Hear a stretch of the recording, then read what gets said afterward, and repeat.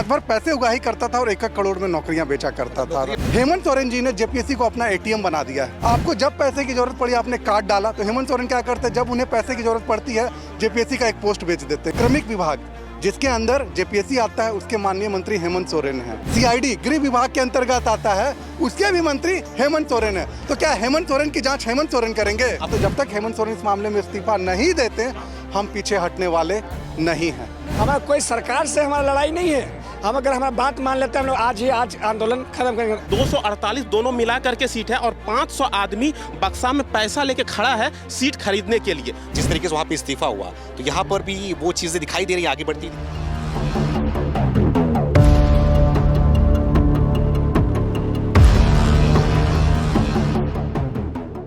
नमस्कार, मैं Sumit Tiwari, NMF news में आप सभी का बहुत बहुत स्वागत है। इस समय मैं रांची में मौजूद हूँ। रांची से लगातार हम स्टोरी यहाँ से हमारी टीम कवर कर रही थी, जिस तरीके से यहाँ पर बच्चे प्रोटेस्ट में मौजूद हैं और यहाँ पर लगातार धरने पर बैठे हुए हैं। किस तरीके से इन्होंने मार्च में निकाला था, वो सारी चीज़ें दिखाई। अब मैं यहाँ पर आया हुआ हूँ। यहाँ पर लगातार जब तक अब स्टूडेंट्स का यहाँ पर धरना होगा, तब तक यहाँ से मैं पल पल की खबर आप तक पहुँचाने की कोशिश करूँगा। फिलहाल यहाँ पहुँचा हूँ, कुछ यहाँ पर छात्र मौजूद हैं। थोड़ा आसपास का एरिया दिखाना आशुतोष, कि यहाँ पर बड़ी संख्या में जो है वो जैसे शाम होता है, यहाँ पर धीरे धीरे छात्र जो होते हैं यहाँ पर आने लगते हैं और अपनी मांग को लेकर यहाँ पर धरना प्रदर्शन जो है वो कर रहे होते हैं। लेकिन आपने अभी देखा कि जंतर मंतर पर जब वहाँ पर प्रोटेस्ट हुआ था, सीजेपी के द्वारा जब वहाँ पर रखा गया था प्रोटेस्ट, तो उस दौरान जो चीज़ें थी वो चीज़ें किसी से बची नहीं है। जब बैनर लगाया गया था, जब पोस्टर लगाया गया था, तो क्या उसमें लिखा हुआ था। लेकिन उसके अलावा यहाँ पर मैं दिखाऊंगा आपको कि यहाँ के जो स्टूडेंट हैं वो क्या कुछ यहाँ पर इनका भाषा, इनकी शब्द, सारी चीज़ें यहाँ पर आप देख सकते हैं और समझ सकते हैं कि इनके और उनके विचारधारा में क्या फ़र्क है और ये लोग वाकई में स्टूडेंट है या फिर नहीं है। ये सारी चीज़ें आपको देख के पता चल रहा होगा। अब चलिए बातचीत का सिलसिला शुरू करते हैं। 10वां दिन है, 10 दिन में क्या कुछ इनको हासिल हुआ और क्या कुछ इन्होंने पाया और क्या कुछ लग रहा है कि आगे कितने दिनों तक ये प्रदर्शन अभी और चल सकता है। इसी विषय पर थोड़ा बातचीत करूँगा। शुरुआत में आपसे करूँगा। सर, क्या नाम है? मेरा नाम सौरभ है। क्या कहना चाहोगे? 10वां दिन है आज, 10 दिन में क्या कुछ हासिल हुआ आप लोगों को? 10 दिन में अभी तक हम लोगों को कुछ हासिल नहीं हुआ है। अगर हासिल के नाम पर पूछेंगे तो मैं आपको सबसे पहले आंदोलन का क्यों हुआ, किस लिए हो रहा है, उसके बारे में बताना चाहता हूं। हमारे यहाँ जेपीएससी का ऐसा मामला है जो हर बार एग्जाम होता है और कुछ ना कुछ कारण से या तो कोर्ट में लटक जाता है या रिजल्ट में लटक जाता है। पर पहली बार ऐसा मामला हुआ कि जिस जांच कंपनी की एजेंसी ने जिसने एग्जाम लिया है, उसके मैनेजर ने नौकरी पाई और वो रात भर होटल बुक करके रांची स्टेशन के सामने रात भर पैसे उगाही करता था और 1-1 करोड़ में नौकरियां बेचा करता था। बेचा करते पैसे से? बिल्कुल, पैसे से बेचा करता था। और ये हम नहीं कह रहे हैं, ये खुद हेमंत सोरेन की सीआईडी जांच की पुलिस ने ये रिपोर्ट दिया है। उसके साथ साथ दूसरा मामला क्या आता है, ओएमआर सीट का। सबसे बड़ा ये मामला क्यों आया, पहली बार ऐसा हुआ कि ओएमआर सीट में एग्जाम कमेटी होती है जिसमें 4 लोगों का साइन होता है, लेकिन पहली बार हुआ कि सीधे जेपीएससी के प्रेसिडेंट ने साइन करके ओएमआर सीट से रिजल्ट जारी कर दिया। और जब असली ओएमआर सीट से मिलान किया गया तो देखा गया कि जिन बच्चों का 17 नंबर है उनको एग्जाम में 77 नंबर देकर के पास किया गया है। तो फिर सेटिंग की चेकिंग होने लगी, पता चला इन्होंने 1 करोड़ रुपये में नौकरियाँ खरीदी। अब मामला सबसे बड़ा क्या है, हेमंत सोरेन जी ने जेपीएससी को अपना एटीएम बना दिया है। एटीएम समझते हैं? आपको जब पैसे की जरूरत पड़ी आपने कार्ड डाला, तो हेमंत सोरेन क्या करते हैं, जब उन्हें पैसे की जरूरत पड़ती है जेपीएससी का एक पोस्ट बेच देते हैं, 1 करोड़ रुपया ले लेते हैं। जब पैसे की जरूरत पड़ती है जैसे सीजीएल का एक नौकरी बेच देते हैं, वहाँ से पैसे ले लेते हैं। जेपीएससी, जैसे सीजीएल और जितने भी यहाँ पे झारखंड में नियुक्तियाँ हैं, इन्हें उगाही का धंधा बना लिया गया है। यहाँ पहले से या तो प्रश्न पत्र छात्रों को बांट दिए जाते हैं। अधिकतर नौकरियाँ यहाँ से पर प्रांतियों की होती है, जबकि झारखंड में एक नियम है कि यहाँ की नौकरी में स्थानीय भाषा का योगदान है। आपको नागपुरी में देना होगा, कुड़ुख में देना होगा, खोरठा में देना होगा, जो आदिवासी भाषा है उसमें एक पेपर पास करना है। यहाँ के छात्रों को ये समझ में नहीं आ रहा, जो 3-3 साल से कोचिंग कर रहे हैं वो इन परीक्षाओं में पास नहीं कर पा रहे हैं, लेकिन जो हरियाणा से हैं, उत्तर प्रदेश से हैं, राजस्थान से हैं, वो एक बार में सीधे 80 नंबर ला रहे हैं। भाई वो कौन सी कोचिंग वहाँ कर रहे हैं? हम यहाँ रह करके अपनी मातृभाषा में हमारे लिए डिफ़िकल्टीज हो रही है और आप बाहर से आकर के पास कर रहे हैं। आप किसको बेवकूफ़ बना रहे हैं? दूसरी बात होती है, जेपीएससी का जो चेयरमैन है, यहाँ लिपापोती के नाम पर सिर्फ उनका इस्तीफा दिलाया गया। अभी तक इस मामले में सीबीआई की जांच नहीं हुई है। सीआईडी की जांच से छात्र खुश नहीं है। उसका कारण क्या है, क्रमिक विभाग जिसके अंदर जेपीएससी आता है, उसके माननीय मंत्री हेमंत सोरेन हैं। सीआईडी गृह विभाग के अंतर्गत आता है, उसके भी मंत्री हेमंत सोरेन है। तो क्या हेमंत सोरेन की जांच हेमंत सोरेन करेंगे? आपको भरोसा नहीं है कि वो जांच करेंगे? अच्छा आप बताइए, हेमंत सोरेन की जांच हेमंत सोरेन करेंगे तो कोई मानेगा? आप किसी निष्पक्ष एजेंसी से जांच कराइए।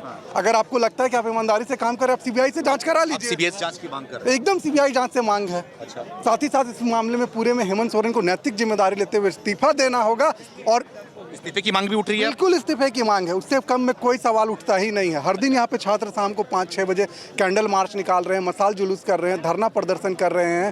साथ ही साथ जेपीएससी को पूरा ट्रांसपेरेंट रखना होगा। अगर ओएमआर सीट में कितना नंबर हुआ आपको रिजल्ट के साथ वो ऑनलाइन दिखना चाहिए। उसने कितना टिक किया, कितना सही किया, ये हमको आना चाहिए। की बात कर रहे हैं, अभी आपने देखा कि इस्तीफा जो है वो धर्मेंद्र प्रधान का लिया गया, उन्होंने इस्तीफा दिया, प्रोटेस्ट हुआ, प्रोटेस्ट लंबा चला, उसके बाद इस्तीफा हुआ। तो क्या आज आप लोग भी यही चाह रहे हैं, यहीं पर जो है वो प्रोटेस्ट जब तक इस्तीफा नहीं होगा तब तक इस प्रोटेस्ट को जारी रखेंगे?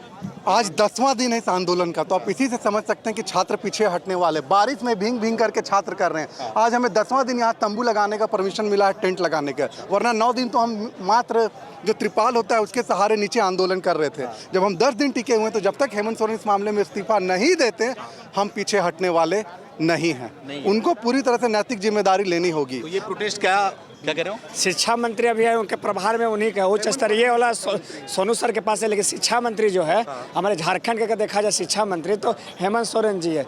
यहाँ पर झारखंड में क्या है ना कि जवाबदेही तय नहीं है और सेटर लोग का इतना मनोबल बढ़ गया कि हर एग्ज़ाम में पेपर लीक का आ जाता है। अगर कहीं ना कहीं आग लगता है तब धुआं उड़ता है। छात्र है, अगर हम बात करें जो जेएमएम है वो कह देते हैं कि लोग बीजेपी का एजेंट है, ये है, इसको कह के ढकना चाहती है। तो हम उनसे कहते हैं आइए हम लोग बात कीजिए, अगर लिख जाता हमारा मांग मानिए। आपको जो भी लोग अगर कह रहे हैं, आपका माइंड को डाइवर्ट कर रहे हैं, उससे आप निकलिए और झारखंड का छात्र को सुनिए। हमारा कोई सरकार से हमारा लड़ाई नहीं है।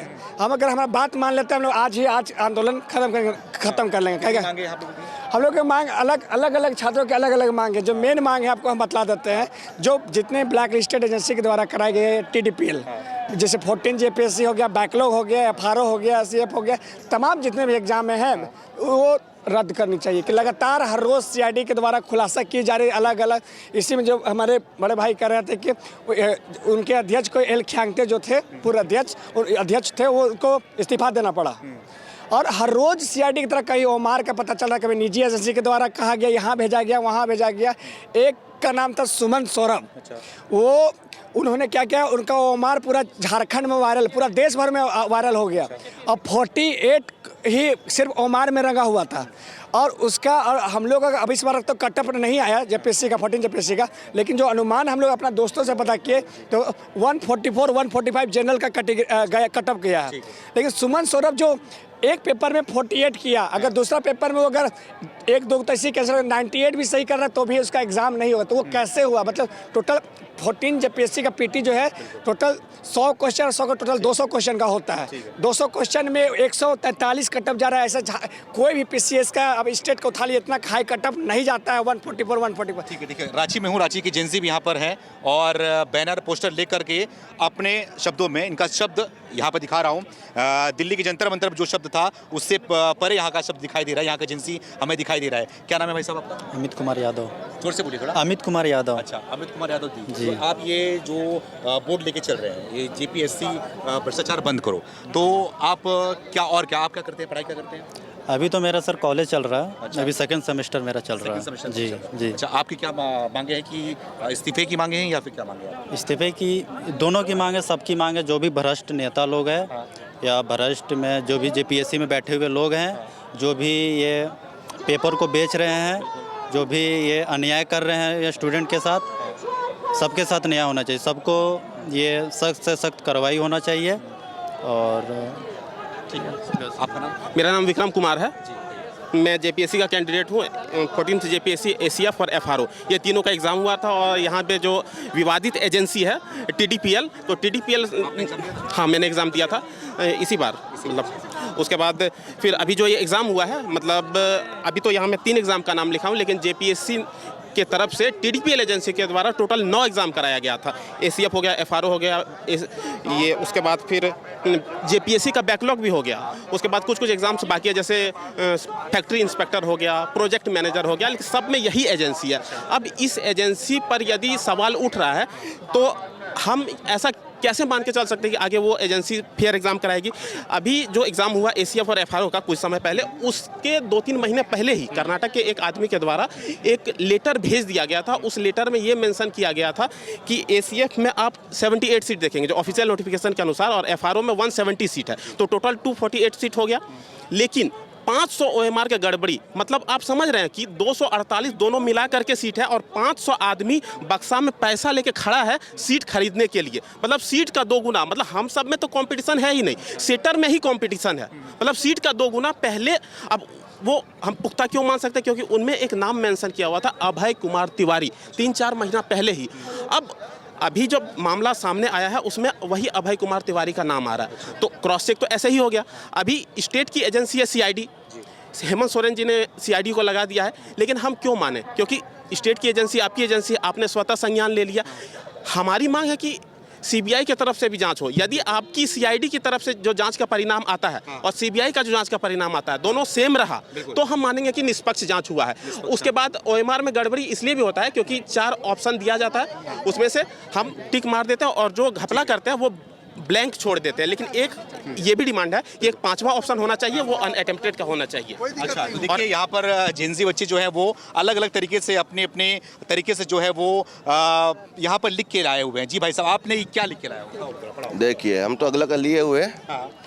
ये जैसे मुद्दा है ना, देखते हुए आ रहे हैं। यहाँ पे दिखाते हो, समझाओ थोड़ा इसको, क्या बनाया आपने? देखिए, एग्जाम देख के लगता है कि हाँ अब सारा प्रिपरेशन करना है, सारा चीज कर ही ले रहे हैं। उसके बाद जब एग्जाम का डेट आता है, अच्छा, उसके बाद एग्जाम की बता रहे हैं, उसके बाद कर रहे हैं, इसमें लिखे हैं कि मेहनत करेंगे, देश की सेवा करेंगे। तो अच्छा, ठीक। जब भी आता है फॉर्म नोटिफिकेशन, लगता है कि हाँ कुछ करना है, कुछ करना है, सब सोचते हैं ऐसा। जी, जी। और एग्जाम देने जाते हैं जी। और एग्जाम में क्या होता है? फिर मजबूरन में आ जाता है जो आपका सिस्टम। अच्छा। सिस्टम से मार खा जाते हैं। आपने क्या लिखा हुआ है? औकात है क्या? औकात है, मतलब ये पूछ रहे हैं, सिस्टम पूछ रहे हैं, सिस्टम पूछ रहे हैं हम लोग से स्टूडेंट से। अच्छा, हाँ, क्या पूछ रहे हैं? औकात है क्या? हाँ। अच्छा, फिर आपने उसके बाद तो ये कौन लिख रहा है? सिस्टम लिख रहा है, चेयरमैन। पूरा देश मेरे जेब में है। हाँ। अच्छा, ठीक है। और यहाँ पर अब देखिए यहाँ पे है, अब क्या करे? अच्छा। बस लास्ट में 2 प्रोसेस हो जाता है, फिर लास्ट में जब भी कुछ आ जाता है, कोई धंधली, फिर लास्ट में हम लोग को यही करना पड़ता है, धोखेधड़ी। अच्छा, धोखाधड़ी फिर होता है आपके साथ में, सीट बेचा जाता है ना, उसका घोटाला होता है। जी, जी। तो देखिए, ये बैनर के साथ में जो है वो स्टूडेंट जो है वो जेंजी जो है यहाँ का, वो समझाने की कोशिश कर रहा है। और यहाँ पर एक जेंजी और कुछ लिख के लेके आया है। क्या लिखे हो भैया यार? जी सर, इसमें लिखे हुए हैं कि नेताजी का बेटा पास और टॉपर बेचारा बैठा उदास। मतलब नेताजी का बेटा पास, टॉपर बेचारा बैठा उदास। यस सर, तो इसमें कहना है ना कि जिसके पास पैसा है, तो जो नेता जिसके पास, तो पैसा उसी के पास ना होगा सर। अच्छा, तो वही कहना है कि इसमें तो वही अपने जो करीबी है उनको, इसमें JSSC JPSC जैसे कोई भी एग्ज़ाम हो गया तो उसमें अंदर करने के लिए पैसा तो वही ना अंदर करेगा सर, एग्जाम। हाँ, सिलेक्शन करेगा। हाँ जी। तो देखिए, यहाँ पे तरह तरह के यहाँ के बच्चे जो है वो लिख कर अपना जो है विरोध प्रदर्शन यहाँ पर करने आए हुए हैं। और साथ में जैसे कि यहाँ पे लिखा हुआ है, तारीख पे तारीख, साल पे साल, JPSC ने कर दिया स्टूडेंट्स का बुरा हाल। तो देखिए, तो आप बताइए, क्या नाम है आपका? सलोनी जी। जी। आप क्या करती हैं? कितनी उम्र है? JPSC तैयारी। तैयारी कर रही हैं अभी आप? जी। अच्छा, तो आपको क्या उम्मीद है कि JPSC की तैयारी कर रही हैं तो क्या ईमानदारी से आप एग्जाम दे पाएंगी, पास हो पाएंगी, आपका सिलेक्शन हो पाएगा? सिस्टम देख के तो लग रहा है नहीं हो पाएंगे। कितना भी पढ़ लेंगे ना तो नहीं हो पाएगा। जो बच्चे एग्ज़ाम पास कर चुके हैं वो भी आगे यहाँ प्रोटेस्ट कर रहे हैं, क्योंकि उनको पता है कि वो इंटरव्यू तक जाते जाते वो छट जाएंगे। वो इसीलिए आए हैं क्योंकि फेयर एग्ज़ाम हो, फेयर सब कुछ हो, ताकि वो पास हो सके। अच्छा, हाँ। तो फेयर एग्जाम नहीं हो रहा है, इसलिए आपको यहाँ पर जी। बता रहे हैं। तो आप लोग पढ़ाई करते हैं तो यहाँ पर कैसे मैनेज करते हैं? पढ़ाई के साथ में प्रोटेस्ट को भी मैनेज करना बहुत डिफिकल्ट होता होगा। डिफ़िकल्ट तो है, बट बिना प्रोटेस्ट के तो कोई फ़ायदा है नहीं। अगर जब तक प्रोटेस्ट नहीं करेंगे ये लोग को दिखेगा भी नहीं, ऐसे तो इन लोग कुछ काम करेगा नहीं। ये लोग सिर्फ अपना काम करते हैं, पैसा निकालते हैं, जेब भरते हैं, अपना प्रॉपर्टी हर जगह खरीदते हैं, और इन लोगों को कोई मतलब नहीं। फ्यूचर क्या देख रहे हो? अपना फ्यूचर आप यहाँ पे रह के झारखंड में रह के क्या देख रहे हो? अगर सिस्टम सही होगा तो फ्यूचर अच्छा होगा, सिस्टम सही नहीं होगा तो फ्यूचर तो फिर सिस्टम खराब। सही होने की उम्मीद है, लग रहा है? थोड़ा थोड़ा चांस तो लग रहा है, जैसे जैसे प्रोटेस्ट बड़ा हो रहा है हम तो कहेंगे और लोग आइए, जितना जल्दी प्रोटेस्ट बड़ा होगा हेमंत सोरेन उतना जल्दी समझेंगे। अच्छा, दिल्ली की एजेंसी को हमने देखा था, उनका अलग अलग बुलाने का तरीका था, अलग अलग तरीके से वो लोग बुला रहे थे, है ना? तो यहाँ की एजेंसी क्या किस तरीके से बुलाएंगे, किस तरीके से लोगों को आकर्षित करना चाहेंगे? प्रोटेस्ट करके, अच्छा, यूनिक यूनिक आइडिया के अकॉर्डिंग बना के। वहाँ पर एजेंसी ऐसे दिखा रहे थे, वास्ते क्यों हैया, तरह तरह की बातें वहाँ पे किए जा रही थी। तो आप लोग तक क्या वो जो दिल्ली कल्चर है, जो वहाँ के सिटी के लोग हैं, वो सब बातें सही लगती है या फिर यहाँ की जो है अपने तरीके देखिए से? बातें कुछ गलत नहीं है, गलत हो सकता है थोड़ा गाली गलौज हो तो वो थोड़ा गलत हो सकता है, बाकी वास्ते को ये जो ये गाली नहीं है तो इस हिसाब से कुछ उसकी बात नहीं कर रहा हूँ, गाली की बात नहीं कर रहा हूँ मैं, गाली जो दिया था। तो अब यहाँ के स्टूडेंट्स जो लग रहा है कि जिस तरीके से वहाँ पे इस्तीफा हुआ, तो यहाँ पर भी वो चीज़ें दिखाई दे रही हैं, आगे बढ़ती हुई दिखाई दे रही है कि यहाँ पर भी कुछ होता हुआ नजर आएगा आपको? हो रहा है बट बहुत स्लो है। बहुत सारे स्टूडेंट अभी भी रूम में हैं, बैठे हैं, सोच रहे हैं कि मेरे जाने से क्या होगा, बट अगर सब लोग आएंगे तो अच्छा होगा, तभी बड़ा प्रोटेस्ट होगा। हम तो बोलेंगे कि सब लोग आइए, जो स्टूडेंट तैयारी कर रहे हैं वो भी आइए, जो नहीं तैयारी कर रहे हैं वो भी आइए, क्योंकि फ्यूचर आपके लिए भी है, सिर्फ हम लोग अपने लिए नहीं लड़ रहे हैं, आप सबके लिए भी लड़ रहे हैं। जी भाई, क्या नाम है आपका? अजीत कुमार। अजीत कुमार, आप क्या करते हैं? सर मेरा तो ऐसा सिस्टम ने हालात कर दिया है कि हम 2015 से लगभग तैयारी करने की कोशिश कर रहा हूँ, लेकिन कर नहीं पा रहा हूँ। क्या वजह है? वजह यही है सरकार की महंगाई। प्राइवेट जॉब करता हूँ, कमाता हूँ, सोचता हूँ कुछ पैसा बचेंगे तैयारी करेंगे, पर महंगाई इतना बढ़ गया है कि बस खाना खरीदता हूँ। बस खाना खरीदते हो? बस खाना खरीदता हूँ सर। तो सरकार से ही मांग है, महंगाई कम कर दीजिए बस सर। जो यहाँ पे छात्र आए हुए, छात्र के बारे में क्या कहना चाहोगे? छात्र सही कर रहे हैं, प्रोटेस्ट कर रहे हैं, बहुत अच्छी बात है सर। कुछ भी भ्रष्टाचार करप्शन के खिलाफ प्रोटेस्ट होना चाहिए। अच्छा। मेरे तरफ से तो ये बहुत सही है। आप लोगों का साथ है, इसमें साथ रहेगा? बिल्कुल सर, साथ है, तभी तो हम आए हुए हैं यहाँ पे। अच्छा, बाकी सर मेरा तो यही है, देखिए सरकार बदले या ना बदले, जो भी सरकार आएगा जाएगा, सब में सब है। बस मैं सरकार से एक ही उम्मीद करता हूँ कि जल्दी से जल्दी अगर कुछ ऐसा भ्रष्टाचार, पेपर लीक का कोई मुद्दा होता है तो इसका गहरा जांच होना चाहिए सर।